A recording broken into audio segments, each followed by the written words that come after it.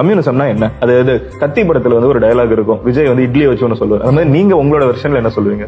பசித்த மனிதன் இருக்கும் வரை, கனவு காணும் இதயம் இருக்கும் வரை, வாழ்க்கை பற்றிய ஆசை இருக்கும் வரை, அடுத்த மனிதன் பற்றிய அக்கறை இருக்கும் வரை கம்யூனிசம் மட்டுமே இருக்கும். அதான் கம்யூனிசம். அடுத்தவங்களை பத்தி யோசிக்கிறது தான் கம்யூனிசம். பசித்த மனிதன் இருக்கிற வரைக்கும், பசித்த மனுஷன் இந்த உலகத்துல எப்ப வரைக்கும் இருக்கிறானோ அப்போ வரைக்கும் கம்யூனிசம் சித்தாந்தம்.